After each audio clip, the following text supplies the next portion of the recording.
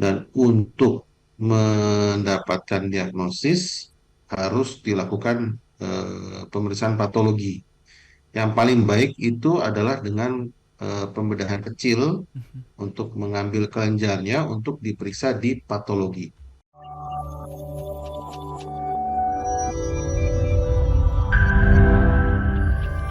Tadi sempat disinggung di sesi sebelumnya gitu ya, gejala yang dirasakan oleh pasien pada saat sebelum terdeteksi kanker limfoma di tubuhnya ini adalah adanya benjolan gitu ya, terutama di beberapa bagian tubuh seperti di leher, ketiak atau di pangkal paha. Kemudian juga tadi sempat diceritakan oleh Dr. Taufik, gejala awalnya ini benjolannya muncul di punggung belakang bagian kiri atau kanan tadi, Dr. Taufik?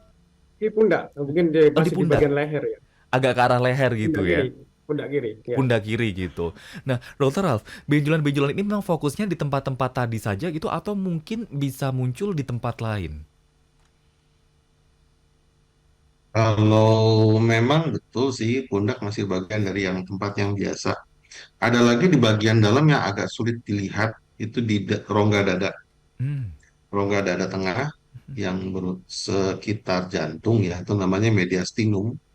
Dan di rongga perut itu di sekitar tengah juga, di sekitar pembuluh darah. Di situ banyak kelenjar kecil-kecil dan bisa saja terpengaruh. Di dalam perut ada beberapa lokasi lain yang biasanya muncul di selaput usus dan lain sebagainya. Nah, ada istilah namanya ekstranodal atau bukan di kelenjar. Misalnya di otak, di kulit, di tempat-tempat lain yang berhubungan dengan walaupun dia limfoma tapi bukan di kelenjar. Persentasenya sama banyaknya atau lebih sedikit lah dibandingkan yang di kelenjar karena yang utamanya kelenjar. Jadi tantangannya memang tantangan diagnosis dan untuk mendapatkan diagnosis harus dilakukan pemeriksaan patologi.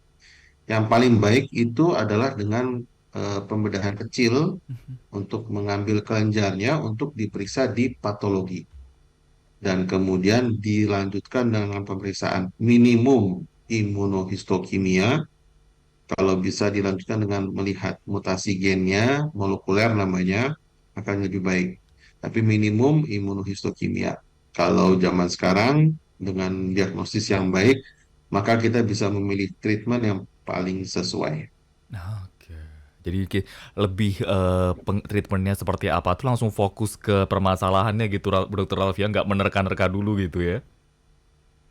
Ya. Nah, dokter kalau membicarakan soal penyebab ini, adakah penyebab spesifik yang membuat seseorang ini terkena kanker limfoma? Ya, ya mungkin juga kita kenalan juga bahwa saya mempunyai setelah pendidikan dokter umum, pendidikan dokter spesialis, mengambil konsultan di bagian hematologi, onkologi medik. Artinya memang ada kebagi menjadi dua, yaitu darah dan kanker ya. Nah, kanker penerapannya secara medik atau secara terapi. Nah, oleh karena itu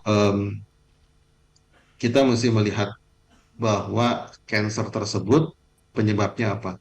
Pada umumnya kita sudah mengetahui bahwa di semua atau hampir semua cancer kita sudah bisa mengetahui adanya mutasi. Mutasinya pada setiap orang dengan ada faktor percentus masing-masing terus akhirnya menyebabkan terjadinya cancer. Jadi kalau pada ini kita sudah bisa melihat bahwa hampir semua atau semua cancer ada mutasinya.